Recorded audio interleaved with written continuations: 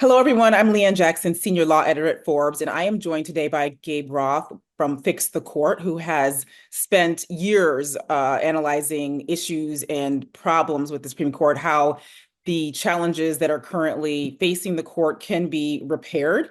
And I'm happy to have him join us because yesterday President Biden gave a speech and also wrote a Washington Post op-ed putting forth his ideas about court reform. And I definitely want to get, Gabe, your thoughts on this. So let's get started with that. Just initially out of the gate, what did you think about sort of the tough tone that President Biden took towards what needs to happen with the court? Some of his words saying what's happening with the court right now is not normal. Yeah, I mean, there's no doubt in my mind that he is correct. I mean, having a recent opinion earlier this month where six justices on the Supreme Court effectively sanctioned, permitted presidential wrongdoing because they believe that a president is above the law, that is not normal. In the past, we had cases from Nixon to Clinton to even some of the earlier Trump taxes cases that were unanimously decided against a president. So this is that case was obviously a turning point for President Biden. It's been reported that he spoke to Supreme Court expert Larry Tribe, who was President Obama's Harvard law professor, after that decision came out. The Trump v. U.S. decision came out on July 1st, and that I think sort of helped cement his views on what reform needs to look like. And look, I'm very pleased that he has chosen two of the reforms that I've been championing for the better part of a decade: 18-year term limits for Supreme Court justices and an enforceable ethics code. Is there any reason that either party should be opposed to this? I mean, the majority of the American public has a crisis in confidence with the court and a lot of the decisions that have rolled back precedent and what is currently a conservative supermajority that has moved from the moderate middle. Is there any reason that either the Republicans or the Democrats should feel that term limit or an ethics code would be sort of a negative for the court? Yeah, I mean, look, these are very moderate proposals, and these are proposals that polling that I started doing 10 years ago, 80% of Americans identifying as liberals and conservatives support. 18-year term limits just mean more regularity to the Supreme Court appointment process. If, God forbid, Sam Alito died tomorrow, he'd be replaced by a liberal. And just like when Antonin Scalia died, Ruth Bader Ginsburg died. Antonin Scalia was not replaced by a liberal. When Ruth Bader Ginsburg died, she was holding on, so Alito and Thomas theoretically right now are holding on to a point in time in which a president with whom they agree sits in the White House. Similarly, Justice Ginsburg waited for a president with whom she agreed to sit in the White House, and so did Justice Scalia, and it didn't work out for the two of them. But it could work out for Alito and Thomas, and this idea that there's a Scalia seat or a Ginsburg seat or a Thomas seat or a Alito seat. That's not how it should be. These are seats that belong to the American people, and having a justice pick their successor shouldn't be kosher.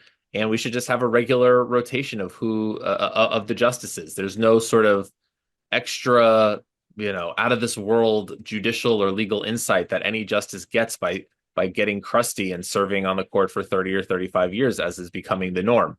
Having justices that reflect modern times, whether those times are liberal or conservative, I think is critical. And currently having a justice in Justice Thomas, just to give the most obvious example, because he served on the court the longest, who was put into his office by someone who left the presidency on January 20th, 1993, when I was 10, doesn't make a lot of sense. So, these proposals are politically neutral. It's not something that you might hear from someone like, say, Mitch McConnell, but over time, even in the short term limits would not favor one party or another. Neither would ethics reform. I mean, having a complaint process for the justices wouldn't favor one side or the other. It's just, I don't know, be ethical, and then you have nothing to worry about.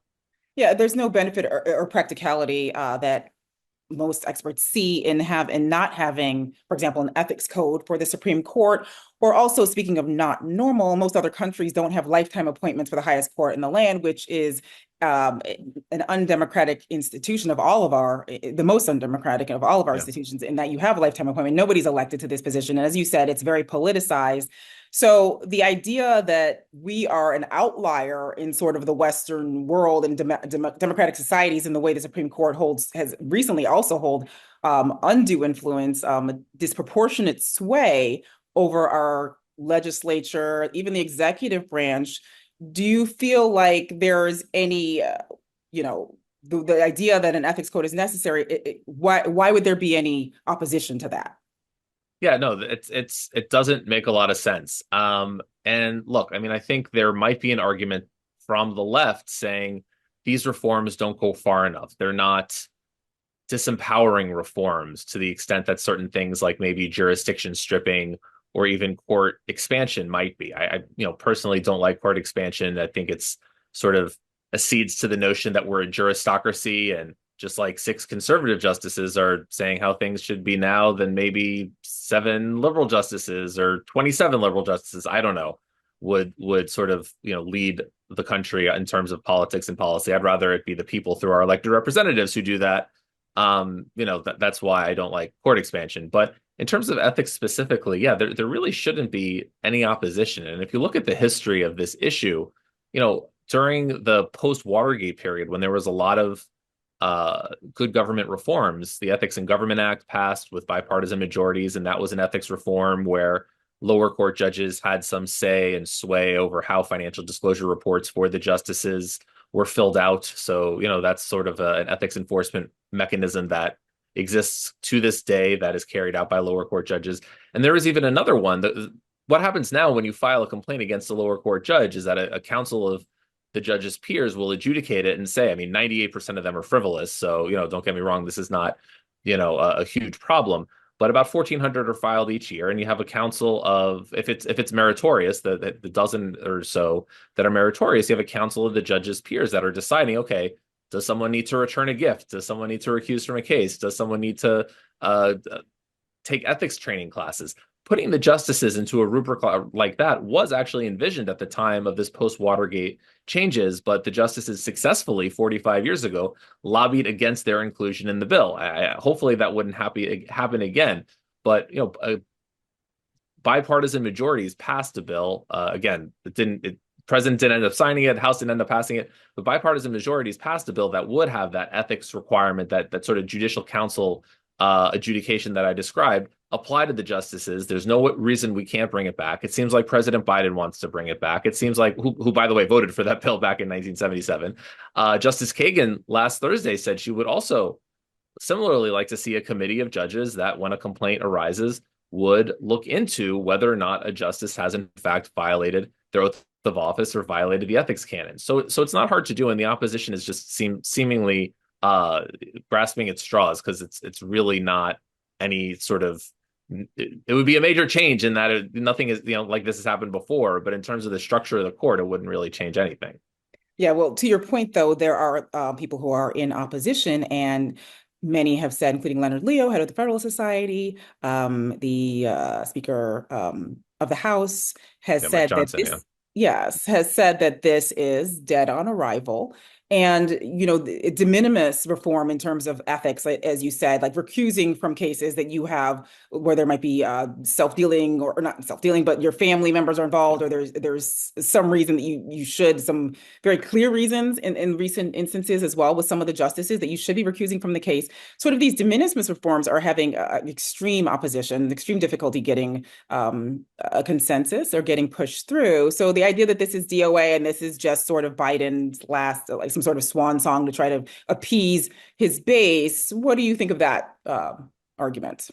Yeah, I think, two things. One, clearly there's a political angle to this, right? He sees where the party is. The party wants reform, and he wants to be seen as leading that reform. Whether or not this announcement was going to happen, if he was still running for president or not, that might be an open question. I think it probably would have, but he wants to be putting his stamp on the Supreme Court, because during the time in office, it has become his time in office, it has become such a major hot button issue, right? He was president when Roe versus Wade was overturned. He was obviously president 29 days ago when Trump v. US came out.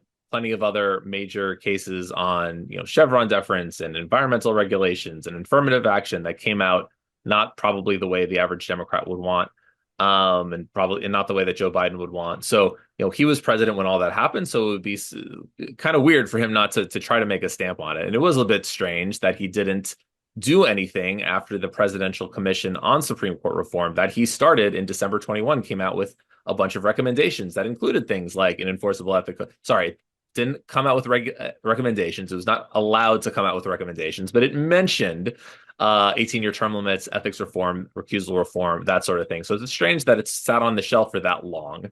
And so, I think it's part of it. He wants to put his stamp on it. And the second thing I'll just say is, just sort of taking more of a 30,000-foot view, what might be possible is following a playbook that has worked in the past with court reform. So it's that which members of Congress themselves have to follow should be followed by federal judges and justices. And I'll just give one quick example. In 2022, Congress passed a bipartisan law that President Biden signed that required federal judges and Supreme Court justices to post details of their stock transactions online and to post their annual financial disclosures online.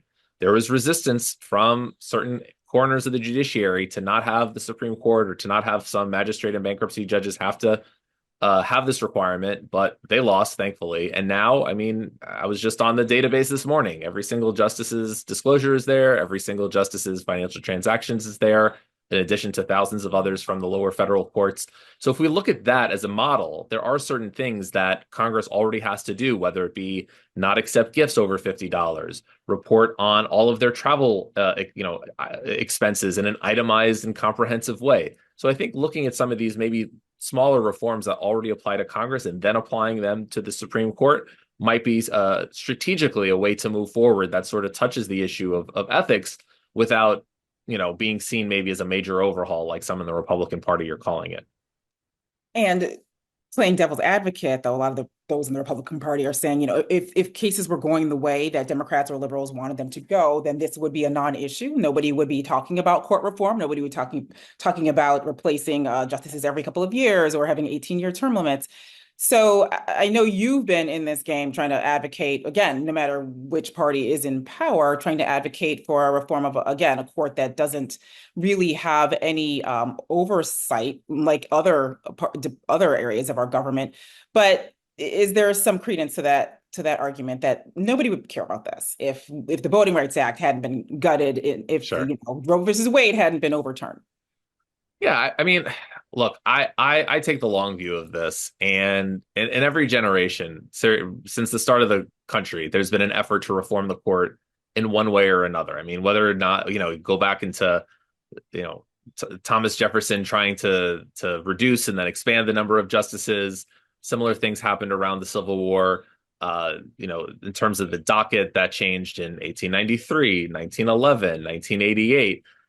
There's been efforts to change the makeup of the court for a while. And from a term limits perspective, that really got started not because of the jurisprudence of the court, but because between 1994 and 2005, we were in, and it was by a few days, so we'll just call it the second longest or the longest periods in U.S. history when there was no turnover on the court.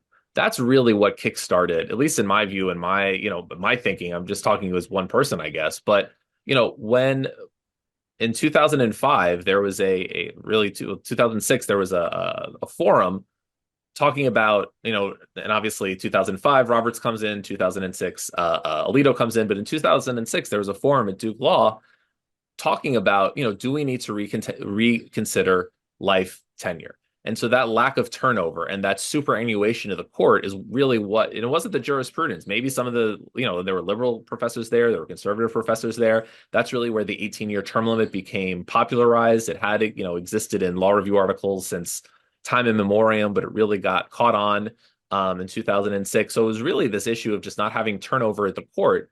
And further, one of the other sort of stars of that period was an article by a law professor talking about mental decrepitude in the Supreme Court. And those are the words that he used. And he found research that suggested that, again, in every generation, every 20 or 30 years since the start of our country, a justice has been cognitively declined. And this is, I think we would have seen that with several of our justices who, whose physical health gave way before their mental health. We're looking at you, Rehnquist, Ginsburg, and Scalia. But, talking about Marshall and Brennan and McReynolds, and I mean, every generation there was a justice that had mental decrepitude. And so that to me is more than the jurisprudence, frankly, why I want a Supreme Court that has term limits, because frankly, judges and justices who have so much power over us should not be serving until they're 120. It definitely seems anti-democratic to those who are advocating for term limits, and really a majority of the country who are not really pleased with a lot of the ways things are going and do feel that there needs to be change. And how would this be, though, enforced in terms of especially the ethics code and things like that? Obviously, term limits would be something that would be regulated, but if again, you said the sort of soft sell is, well, at least we need an ethics code, which a lot of people might feel isn't going far enough. But what enforcement mechanisms do we have when the Supreme Court is basically holding a lot of the power on its own? Yeah, I mean, look, this something that I've always said on this is look at the justice's budget. Frankly, if I've been trying to push this, I have had moderate levels of success that, at least a few senators have introduced amendments to this effect. But the Supreme Court gets $150 of taxpayer money each year. About $4 million of that is required to go to them under the Constitution because their salaries cannot be diminished during their time in office, and that includes senior justices as well. And then we've got about $50 to $70 million of that being security funding, which obviously you don't want to touch given this era of political violence, which is unfortunate, but obviously you're not going to touch that. So that leaves another about $75 million, up maybe even up to $100 million, that is discretionary, that goes to paying the justices for clerks that they get each year to write their first drafts of opinions and sit on the cert pools. That goes to them having catered lunches and hosting receptions in the Great Hall. That goes to support staff and research staff and judicial assistants. And I'm not trying to, lay off a bunch of government employees, though I'm sure there would be some both on the left and the right who would want to do that. But what I'm saying is that their budget, besides the Article 3 stuff and the security, is not sacred. And if you want to have enforcement, say, look, if you don't create a system where there's enforceable ethics, where there's a committee where you can file a complaint against a justice, just like you can file a complaint against any of the 2,300 other federal judges for ethics noncompliance. If you don't create those structures, then we're going to take away some of your discretionary budget. And Senator Van Hollen of Maryland introduced an amendment last year to the appropriations bill that would do that. $10 million would be taken away until they have enforceable ethics. That didn't pass, but I think it's worth to keep trying, because frankly, the power of the purse is the one thing that Congress can sort of dangle over the court in a way that might lead to their getting serious about their ethics practices. Well, many are continuing to try, and there are a lot of new ideas coming out, and there's more momentum behind this. And Gabe, you are the go-to expert on this. You've been in the trenches on this issue, so hopefully a lot of your ideas will be adopted and come to realization, and you will be able to say, this is what I've been saying, and I told you so. And we're all better off for it. Yeah, few things. I enjoy a few things more than being able to say "I told you so," which is definitely a huge character flaw on my part. But I'm not changing it in this day and age. Well, especially when it's something good, something positive. Yeah. I told you so. Like I like to think it is. Right, it's okay.